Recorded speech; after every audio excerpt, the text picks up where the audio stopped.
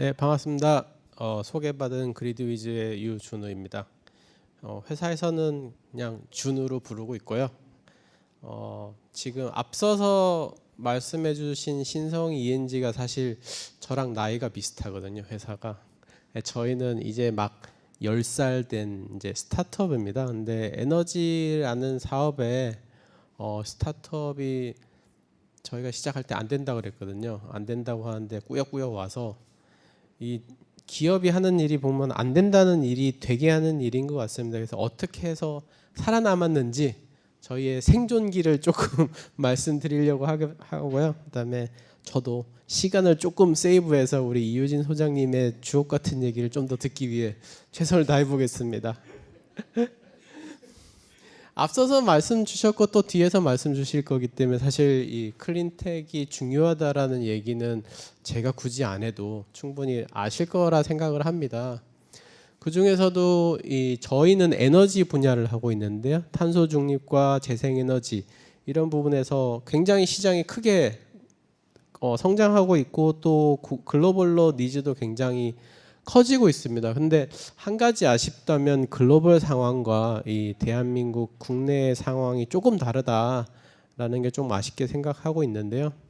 그 와중에도 그 앞서서 이제 김성교 박사님께서 잠깐 소개해 주셨는데 분산 에너지라는 새로운 것들이 좀 생기고 있습니다.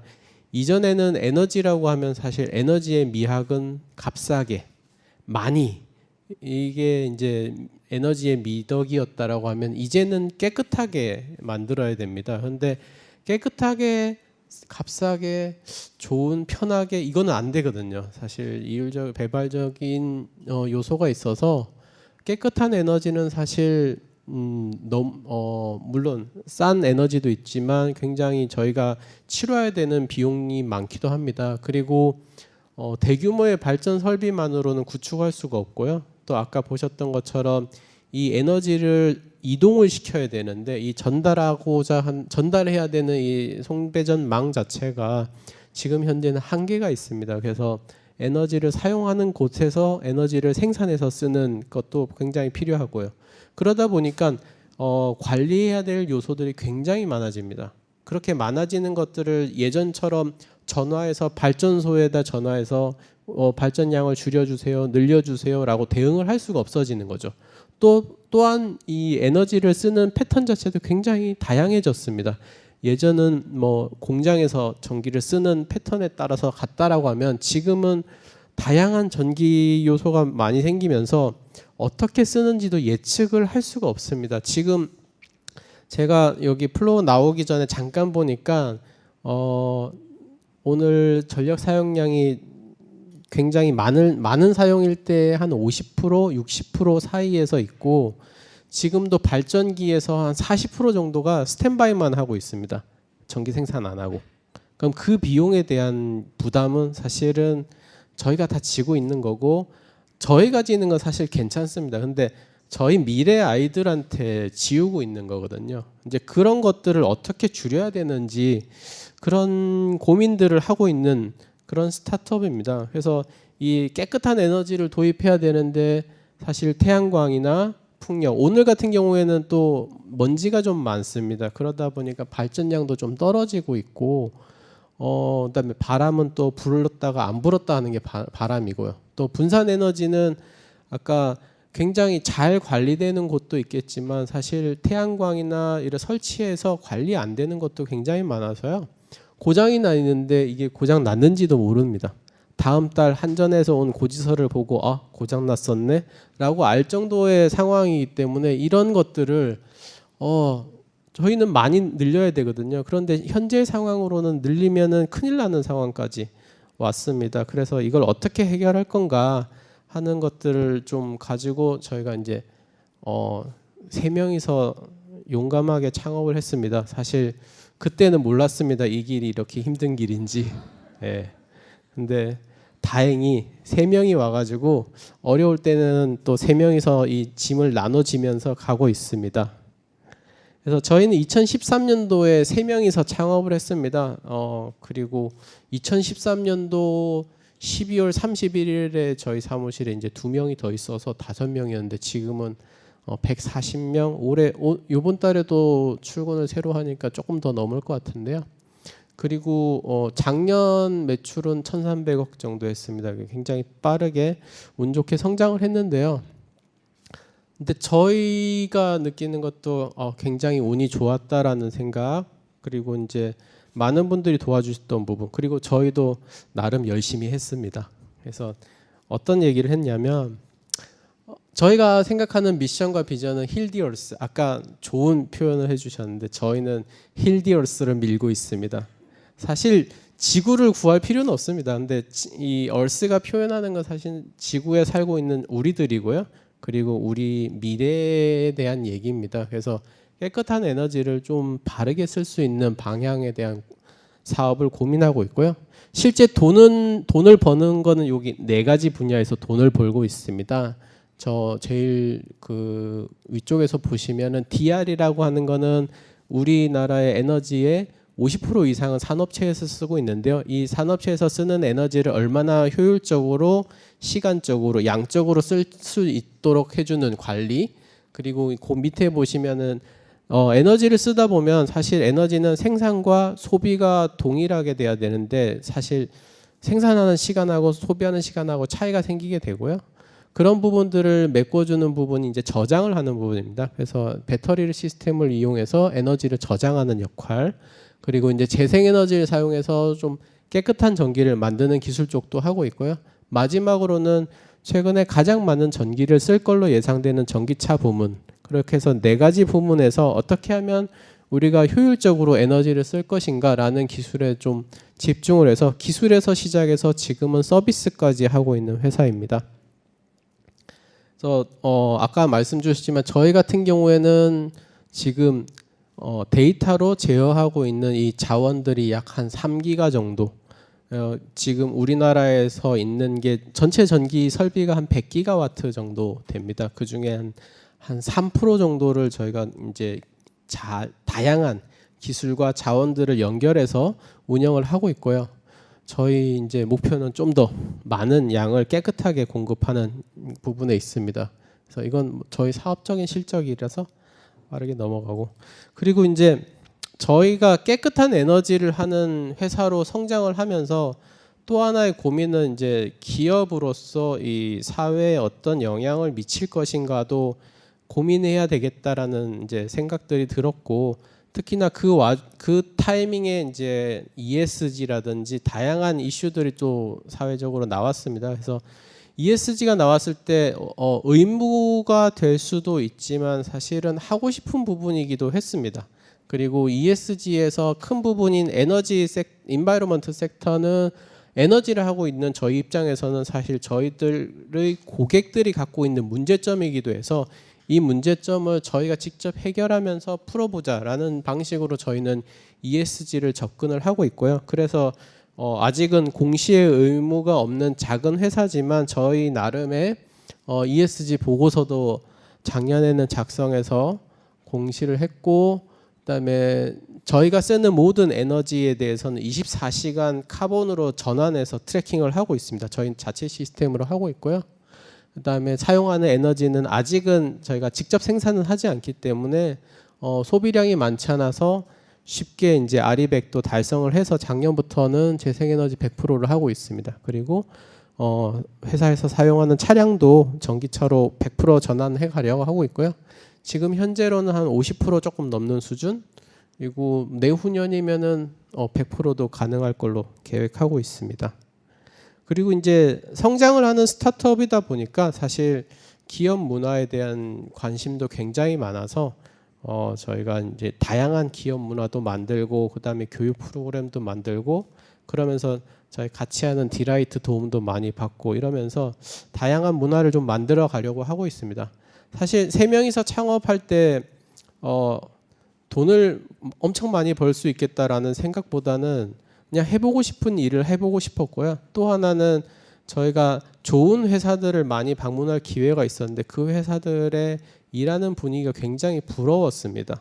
그래서 그런 부러웠던 분위기를 우리가 할 수 있는 선에선 좀 만들어 보자라고 해서 이제 기업 문화에도 굉장히 신경도 많이 쓰고, 저희 나름의 투자도 좀 많이 하고 있습니다. 그래서 저희가 앞으로 가고자 하는 방향은 사실은 이 에너지 데이터를 기반해서 조금 더 많은 서비스를 할 수 있는 그런 회사가 되려고 하고 있고요. 그러다 보니까 저희가 갖고 있는 기술에만 좀 국한하지는 않습니다. 다양한 회사들이 갖고 있는 솔루션이나 제품들을 저희가 갖고 있는 고객 기반, 기술 기반에 좀 연결해서 좀 더 많은 서비스를 할 수 있는 기회를 찾으려고 열심히 뛰어다니고 있고요. 그 열심히 뛰어다녀서 많은 솔루션들을 저희가 모아서 기존에 현재 갖고 있는 저희의 좋은 고객들에게 또 아주 좋은 서비스로 좀 공급할 수 있는 그런 기회를 만들려고 하고 있습니다. 그래서 오늘 이 자리에 저도 더 관심이 더 많은 부분이 있고요. 저희가 이제 설명해 왔던 것들인데 사실 에너지를 하다 보니까 어느새 클린텍으로 가 있었습니다. 그래서 저희가 2022년에 클린텍 100에 이제 선정이 됐었는데 사실 이때 저희가 지원은 한 건 아니었고요. 어느 누군가가 저희를 추천을 해주셔가지고 국내 기업으로는 최초로 미국에서 저희가 이제 수상을 했었고요. 23년도에는 독일 에너지청에서 하는 또 이제 에너지 100개 기업에 대한 선정이 있었는데 저거는 저희 직원 중에 한 명이 저거 해보고 싶다고 해서 지원을 했더라고요.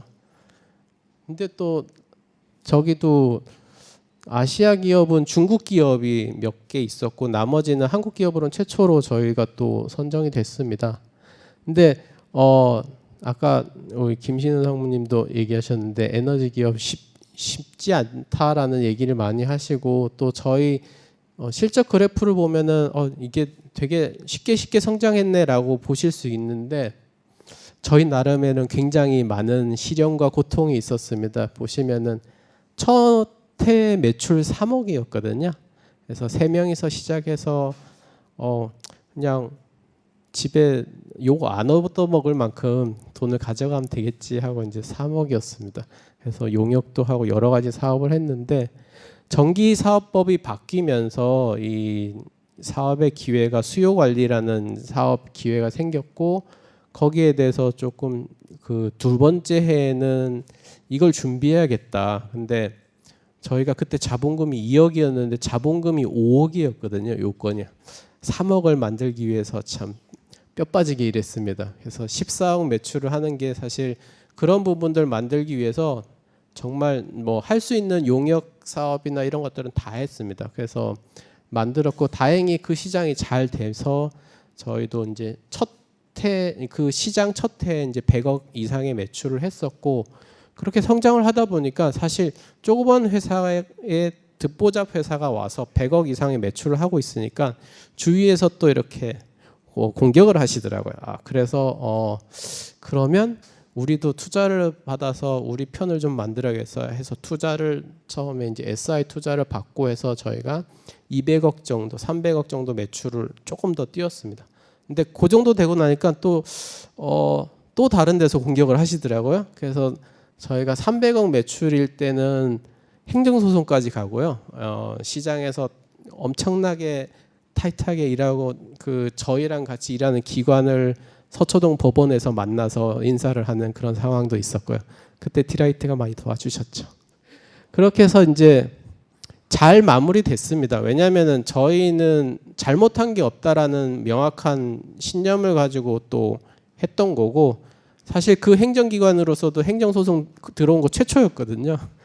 근데 지금은 되게 사이가 좋아졌죠. 한번 싸우고 나니까 사이가 좋아졌고 그러면서 저희가 400억대 매출까지도 성장을 했고 그 다음으로는 또 한 번의 시련이 있었는데 저 때는 저희가 M&A를 했습니다. 사실 저도 공대 나와서 경영학은 1도 배워본 적이 없는데 회사를 하면서 많이 배웠었고 저 때 M&A가 뭐고 어떻게 하는지 하면서 배웠습니다. 그래서 저 때 M&A를 잘 성공을 했고 그 다음에 인수 후 운영도 잘 돼서 지금은 그 따블을 넘어서 이제 한 1,300억 정도의 매출로 성장을 했습니다. 근데 참 저도 이제 회사 내부에 가서 우리는 왜 1년이라도 좀 편하게 가는 날이 없지? 라는 얘기를 많이 하고요. 올해도 사실 작년에 1,300억을 했는데 올해도 또 다양한 이슈가 있어서 굉장히 어렵습니다. 어려운데 다양스럽게도 글로벌로 에너지 시장이 굉장히 빠르게 변하고 있고 기회도 굉장히 많습니다. 그래서 저희 계획은 내년과 내후년에 또 한 번의 점프를 하려고 준비하고 있습니다. 그래서 이제는 점프폭이 또 크겠죠. 예, 지금 기대치가 있기 때문에 지금의 더블 정도로 한 번에 올려가려고 하고 있고요. 그러다 보니까 이제는 조금씩 무릎이 아파오기 시작합니다.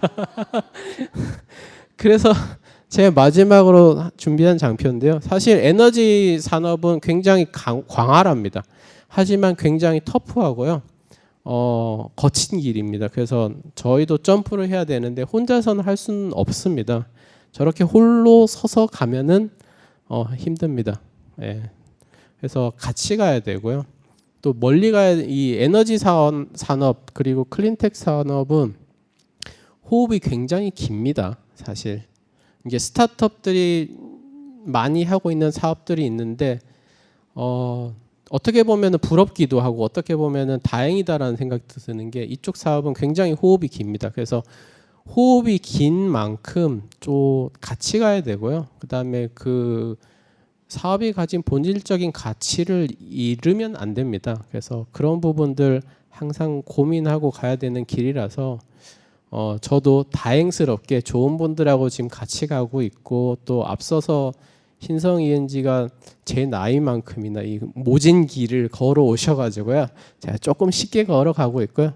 저희도 저희 나름으로 이제 10살이 돼서 새롭게 시작하는 분들이 저희도 지금 상장을 준비를 하고 있습니다. 그래서 창업을 해서 투자를 받고 M&A도 하고 상장을 하고 하는 그 과정들에서 굉장히 많은 이 에러를 했거든요. 예, 실패를 많이 했었고 또 성공도 많이 하고 있는데 그런 과정들에 저희가 겪었던 실패는 최소한 겪지 않았으면 하는 마음으로 여러 스타트업들하고 같이 가고 싶은 마음 또 여러 좋은 분들하고 같은 고민을 좀 하고 싶은 마음이 있습니다. 그래서 오늘 행사가 그런 시간이 되길 한 번 더 빌고 또 이렇게 자리를 마련해 주신 신성 ENG에게 또 한번 감사 인사드리겠습니다. 고맙습니다.